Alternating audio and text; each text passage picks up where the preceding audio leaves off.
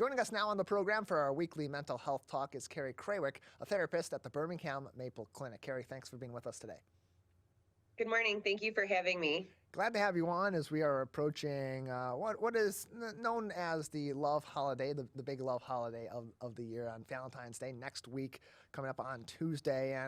And love is always something that's a complicated emotion and a complicated part of human life. And it can lead to a number of different things in a relationship between a couple that may not be so great for either individual overall. So when we talk about love as an emotion and the way that affects the brain and that affects our behavior, just how much of an effect can that have on our behavior?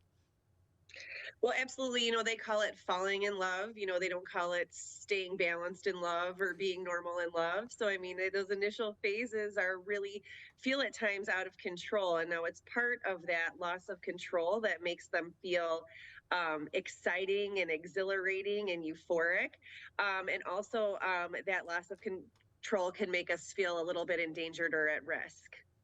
And as you talk about the saying falling in love, there's also the cliche love is blind. And with love comes a certain sense of a blind spot in some areas and others that can develop over time as you fall in love with someone, as your love for somebody grows, whether that is in a romantic relationship or just love you have for a friend or a family member or someone else in your life. Now, how do those blind spots sort of develop, and how does love affect having sort of blind spots for behaviors that may not be so great among people that are in your life?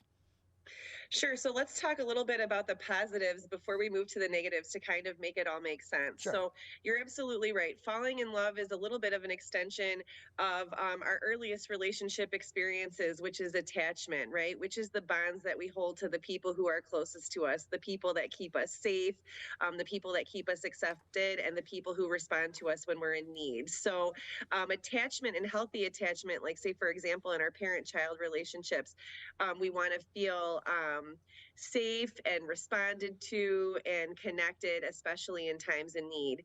In our adult relationships, that's also true. In falling in love, that sort of euphoric phase, that phase, like you said, some of those blind spots, those rose-colored glasses, the sense that this is the best person you've ever met and everything about them is the most attractive and the most perfect for you.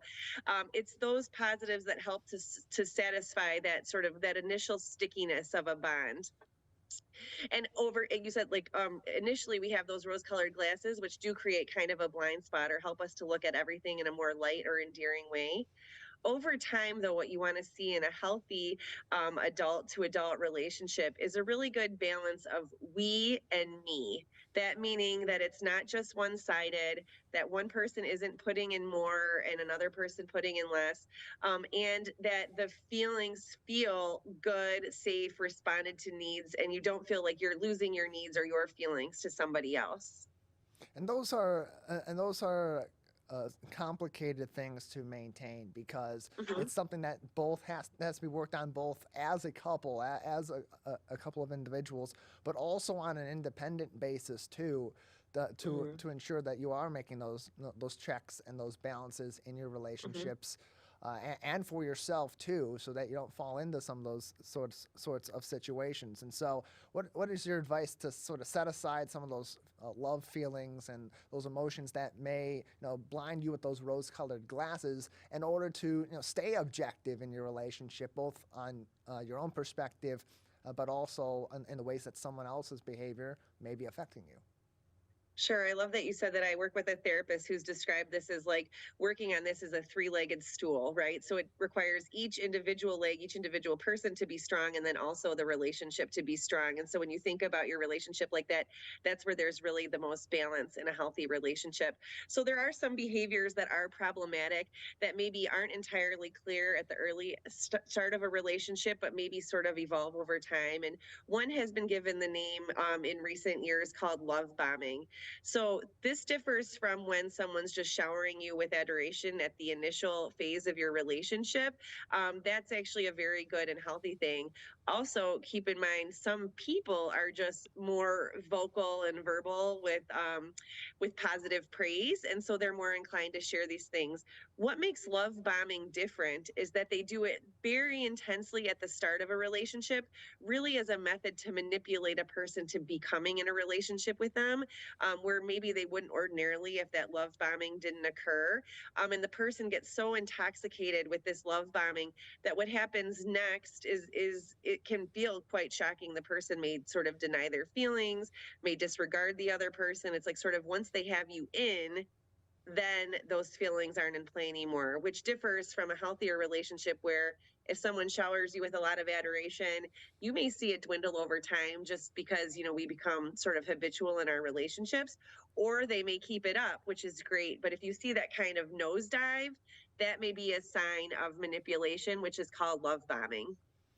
And so in those sorts of situations, again, it goes back to sort of trying to stay objective and be able to evaluate your situation in your relationship and that full dynamic between yourself and your partner. So what advice do you have for individuals to be able to take a step back and evaluate where they're at in the relationship, where sort of the behaviors that are being displayed by their partner, especially in their ways of expressing love or expressing their appreciation for one another, in order to maybe notice if they're being love bombed.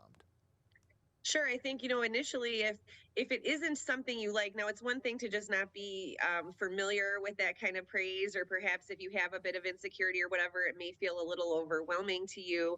But if it really doesn't fit with you, it feels greater intensity than what really makes sense to you, and even what you know about yourself. If they're, like, oh my God, you're the best cook in the whole world. And you're like, I know I'm really not. Like, what is the meaning and purpose of this? Certainly gently inquiring with them, or even informing them and letting them know, I don't need this kind of gratitude for things that don't feel right to me, that there are actually many other things I'd love to be noticed and recognized for, and this isn't necessarily one. And see how it's responded to. If it's responded to with rejection, denial, rage, or even just piling on more of the same, even though you've asked not, that might be a sign that it's not about you or your intentions or what you would like. It's about them and what they want. And that would be a cause for pause. We're joined on today's program by Carrie Krawiec, therapist at the Birmingham Maple Clinic, for our weekly mental health talk. You can get in contact with them for more information and consultation on their website, birminghammaple.com. Birminghammaple.com is their website for more information and to get in contact with Carrie and the team at the Birmingham Maple Clinic. But love bombing, Carrie, is not the only way that Sure. that someone may use manipulation tactics alongside the emotions, the often blinding emotions of love, in order to manipulate someone else that they're in a relationship with, or someone else that may be feeling love for that person. What are some other ways that love can kind of be twisted into manipulation and really affect people in a negative way? Sure, and absolutely. And I think some of these are intentional and some are unintentional, or some are conscious Sure. and unconscious. Not everybody knowingly is doing harmful behaviors. They may have learned them themselves. They also work, so they may be subliminally getting reinforced by doing things without recognizing that there's hurt or harm interlaced in the behavior. So it really takes time and attention and work to sort of correct some of these things. Another one is called breadcrumbing. So this is one that's gotten a little popular traction also on social media. Breadcrumbing is the equivalent of what we used to call stringing someone along. So it may be just enough flirting, and you get those euphoric love feelings. You want to stay connected to them. You want to, you're excited when you get a message or you get some attention, but it's sort of few and far between, and kind of one-sided. So it's enough contact and messaging to keep you engaged, but never really any commitment. Like less commitment for face-to-face meetings, less commitment for introducing to other people, for escalating a relationship, just enough to kind of keep you on the back burner without getting too agitated or going too far away. So this is problematic because it's lopsided. One person is kind of holding the cards and holding the reins and deciding how it goes, and the other person's just eagerly waiting for whatever breadcrumb's going to get tossed to them, which really isn't enough to satisfy a healthy relationship. In developing of a relationship, like we talked about attachment, there's also intimacy. And what makes the start of a relationship so intoxicating is the element of risk, right? We make ourselves vulnerable, we make ourselves open, we put ourselves out there. And in a healthy situation, the other person's going to respond to that risk with safety and warmth, but also with reciprocal risk on their own part, meaning that they're also going to be sort of equally and oppositely vulnerable on their side. And in breadcrumbing, that's not happening. One person is a little more open and the other person is not taking the same degree of risk. More information, again, can be found by getting in contact with the Birmingham Maple Clinic on their website, birminghammaple.com. Call them 248-646-6659 or send them an email at info@birminghammaple.com. And Carrie, as we continue to discuss this and some of the issues that can come along with love and with manipulation that sometimes does unfortunately come along with loving relationships, it all kind of goes back to maintaining a sense of autonomy as you are Absolutely. engaged in whatever couple you may be in, or whatever sort of a love relationship it may be, whether it is a romantic partner or it is family or it is a friendship. That autonomy is so important. And so for people that may be experiencing some of these issues or maybe worried about some of these issues popping up in the future in their lives, what is your advice for them to help maintain that sense of autonomy in these relationships without it turning into a negative on the other side where it's neglect on your part and things can fizzle out? Sure, I love that you said that. So, right, you kind of segue into like another kind of like form of love, especially in longer term relationships, which gets called enmeshment, right? But this is where really the identity between two people becomes blurred. Someone may forego their interests and only join the interests of their partner. They may feel how their partner feels about things. If you go out to eat and someone is disappointed and has a temper tantrum about their meal, then you also temper tantrum because you feel as outraged as they do. Whereas in a healthier relationship, each person's experience would be separate in their own. You could feel for them, you could have empathy, care, concern, but you wouldn't necessarily feel the same degree of emotion for the same issue every single time and lose your identity. I do say, like, right, we have to balance the we and the me.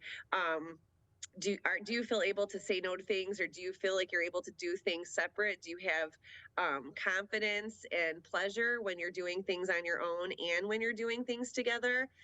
Does the thought of breaking off on your own cause you a lot of fear or anxiety? That may be a sign that there's some issue there, that you're overusing your partner as sort of a transitional object, as opposed to taking some risks on your own. There are just countless issues, if you know, where it even becomes sort of codependent. Do you have the thought or fear that your partner can't make it without you, or must have you present to rescue them or satisfy their needs? And if you can't just think about yourself and what you need, and balance what your partner also needs, if it's all you or all them, then there's a sign that there's something wrong. And that's a good time to have those discussions as an individual couple, but maybe between the two of you, or if not, or if not getting to a point of progress, to go and seek professional help too, to mediate what issues may be arising there, what disconnects may be there, and that's a healthy way also to continue on developing a relationship, developing as a couple, but also maintaining that autonomy too. That as you said, as we've mentioned, is so important to continuing to develop those relationships over time. Absolutely. I think there's such value even in relationships that aren't problematic, doing individual or couples counseling to learn where were some of these pattern behaviors learned, how were things done in my household, what did I witness from my parents and their relationships with each other or towards us as kids, what things were talked about, how were things handled, to really understand where our expectations and behaviors come from, and that way we can realize that we do have control over them and that we can create healthy blends that are acceptable in our relationship. And that being said, not every relationship is the same. What is tolerable in terms of, like you said, a lot of dependence and less autonomy might be actually very fine for some couples, and more independence and less kind of connectedness is satisfying for others. And that it's what the couple sort of agrees upon together. is really the healthiest situation. We're joined by Carrie Krawiec, a therapist at the Birmingham Maple Clinic, on today's edition of the Megacast, as we are each and every week on Thursdays for our weekly mental health conversations. Carrie, another couple minutes with you before we'll need to move on today. Anything else that we haven't discussed yet about love and about the way that it affects our behavior, ways that may be blinding us in our day-to-day and in our relationships that we haven't discussed yet today, but would be important for our audience to keep in consideration at this time? I think like we started, we talked about it, that there's a lot about the early phase that feels out of control, and with good reason. It's biologic, it's emotional, it's chemical, it's electrical, right? Like so much is happening in our brain. There is a lot we're not really in control of. It can also be exhausting where we might, because we're so excited, we're, staying up later or making more frequent plans, doing more than we have. I mean, I think even in the early phases, really helping to get each other used to what are our typical routines, what am I normally like, not when I'm in this phase, but really help inviting each other to know what sort of regular you is, in addition to excited, falling in love, passionate you, will help you also balance yourself and invite yourself to still pay attention to your workout routine, your sleep routine, how often you like to do activity, so that there's also not any like misleading or catfishing or whatever along the way. Yeah, maintaining that life together, but also your own individual lives as well is so important to be able to keep that relationship strong and keep wanting to come back to sort of that solid middle point that you've created with that relationship. Carrie, thank you so much for your insight and for your advice today. Thank you for having me, as always.